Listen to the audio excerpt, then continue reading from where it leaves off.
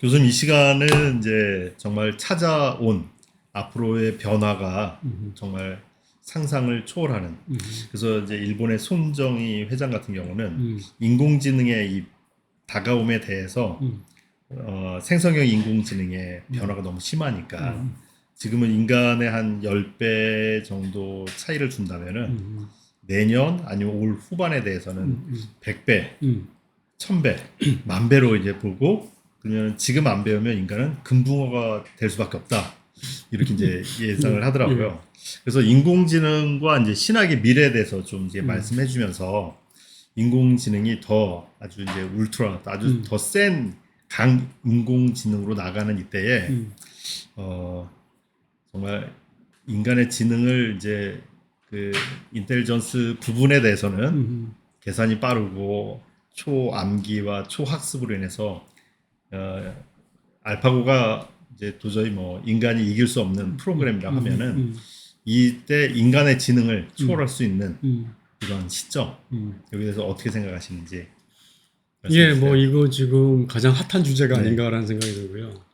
우리가 뭐 사방을 들어봐도 다 인공지능에 대한 이야기로 뭔가, 예, 그래서 뭐 주식을 어디 걸 사야 된다, 뭐 엔비디아를 샀다, 뭐 이런 얘기를 많이 듣는데, 저는 이게 되게 신학적 질문 중에 하나라고 생각이 들고요.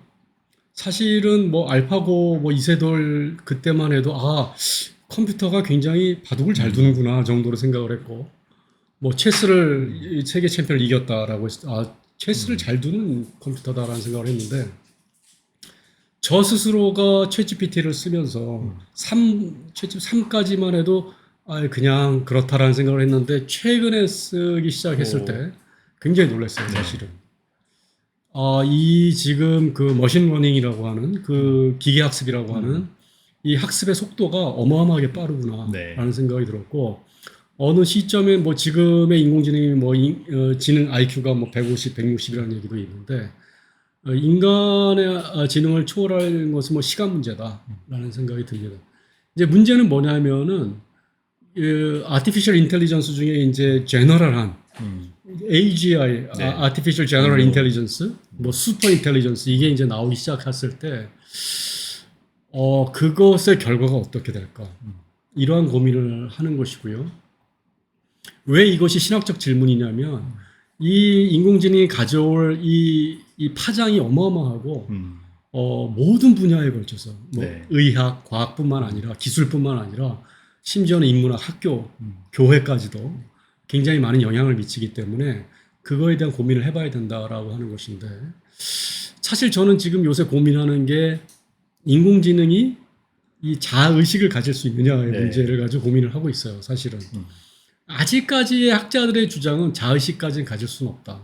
왜냐하면 이것은 어떤 인간이 생성한 지식을 학습하고 거기에서 어떤 가능한 패턴을 찾는 거잖아요. 포텐셜한 패턴을 찾는 게 이제 인공지능의 역할이고, 거기에 대한 답을 주는 거기 때문에 이게 과연 나라고 하는, 주체라고 하는, 그리고 당신이라고 하는, 인간을 당신으로 보고 나라고 하는 동등한 입장, 또는 그것보다 더 우월한 입장에서 네.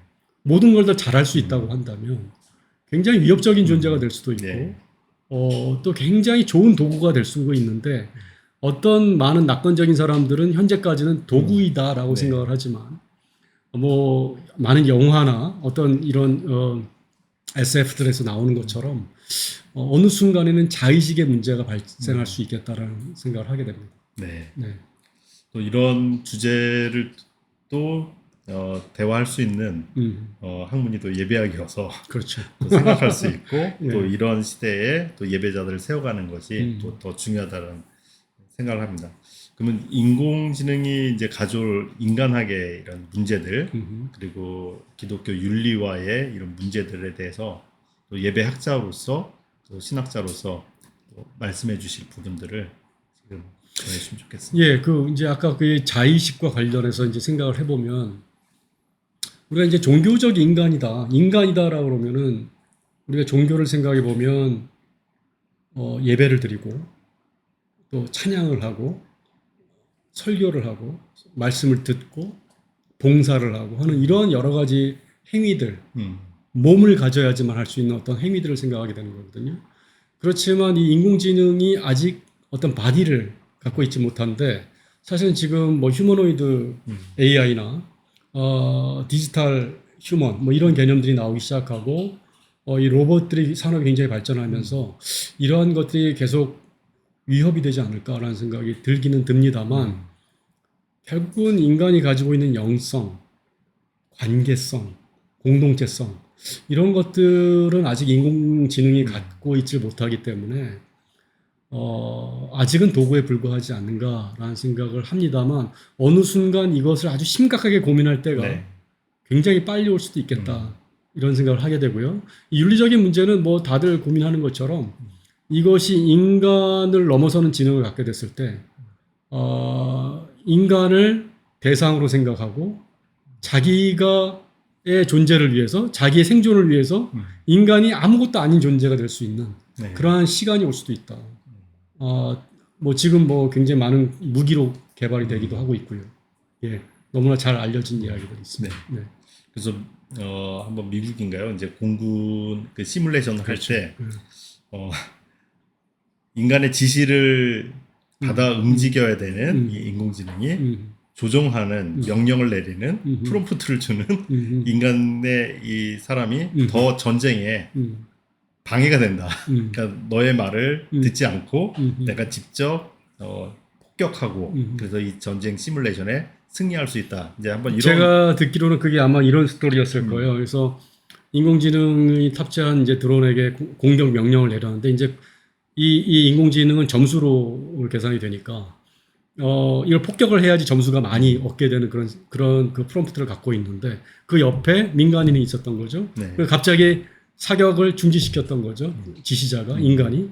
그랬더니 인간을 공격하는 왜 자기는 점수를 얻어야 되니까 이런 사태들이 발생할 수 있다는 것이고 이것이 가져오는 굉장히 황당한 변수들.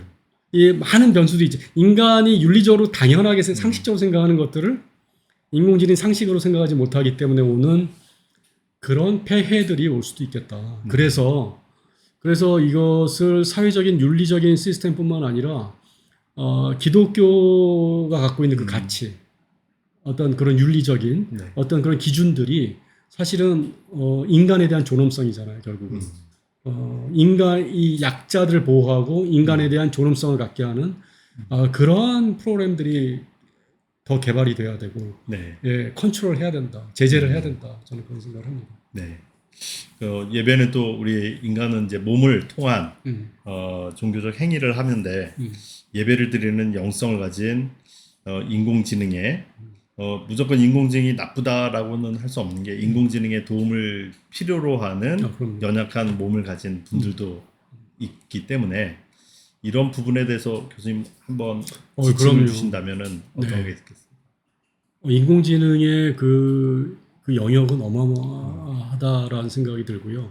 지금 뭐 신체적인 어떤 어려움을 갖고 있는 분들의 어떤 그 의수나 의족 같은 부분들에 있어서 굉장히 많이 발전을 하고 있고 심지어는 인간의 organ 어떤 그 기관들을 대체할 수 있는 어떤 그런 것들도 발전하고 있고 또 하나는 뇌나 그 해마의 역할을 대체할 수 있는 기억 상실이라고 하는 어떤 그런 인간의 치매라고 하는 그런 질병을 극복할 수 있는 방법들도 찾아가고 있다. 이 의학 분야에서는 어마어마한 발전이 일어나고 있는 것은 저는 분명하고요. 굉장히 많은 도움을 줄 것이다 라고는 생각이 들어요. 하지만 동시에 어디까지 그거를 해 나갈 것이냐. 인간이 무병장수, 오래 산다라고 하는 것이 어떤 의미를 가지고 있느냐. 인간의 생명의 의미, 또 죽음의 의미, 이러한 것들에 대해서 삶에 대해서 돌아보게 하는 사실 인간학적인 고민을 하게 하고 있다. 인공지능의 시대에 도리어 저는 그런 생각을 하게 됩니다. 네. 교수님 마지막으로 예배학을 또 전공하고 싶어하는 많은 목회자들에게 용기를 내고 도전을 하라고 말씀을 주시면 좋겠습니다. 예배학의 영역은 사실은 굉장히 무궁무진합니다. 역사, 신학, 그리고 문화이론, 사회학, 문화인류학, 심지어는 이런 테크놀로지까지 과학의 기술 분야까지도 예배학이 다루고 있는 것들을 볼 수가 있고요. 사실 가장 중요한 것은 목회를 하는 데 있어서 왜 우리가 매주 예배를 드려야 되는가라는 가장 기본적인 질문에 대해서 신학적인 고민을 하고 공부를 하고 목회를 해야 된다라고 저는 생각합니다. 그것이 우리의 가장 기본적인 의무이고 해야 될 역할이다. 사실 목사라고 하는 것은 워드 앤 세크라멘트, 말씀과 성례를 잘 집전하는 사람이 목사입니다. 잘 가르치고 선포하고 설교하고 또 성찬을 인도하고 예배를 집전하는 그것을 잘할 수 있도록 도와주는 것이 바로 예배학이고요. 또 세상을 이해하고 세상 안에서 어떻게 교회가 존재해야 되는지, 어떤 모습으로 우리가 말씀을 선포하고 그 말씀은 또 어떤 교인들과 어떤 피드백을 가지고 하나님 나라로 변해가야 하는지에 대해서 우리가 공부하고 고민하는 곳이 바로 예배학입니다. 많이 관심 가져주시고 공부했으면 하는 바람을 갖고 있습니다. 네, 감사합니다. GSPT TV 또 개국을 앞두고 교수님들을 통해서 귀한 시간 갖게 됐습니다. 오늘 너무 좋은 시간과 또 좋은 귀한 말씀으로 해주신 박주환 교수님 감사합니다. 네, 고맙습니다. 공 목사님. 네. 감사합니다.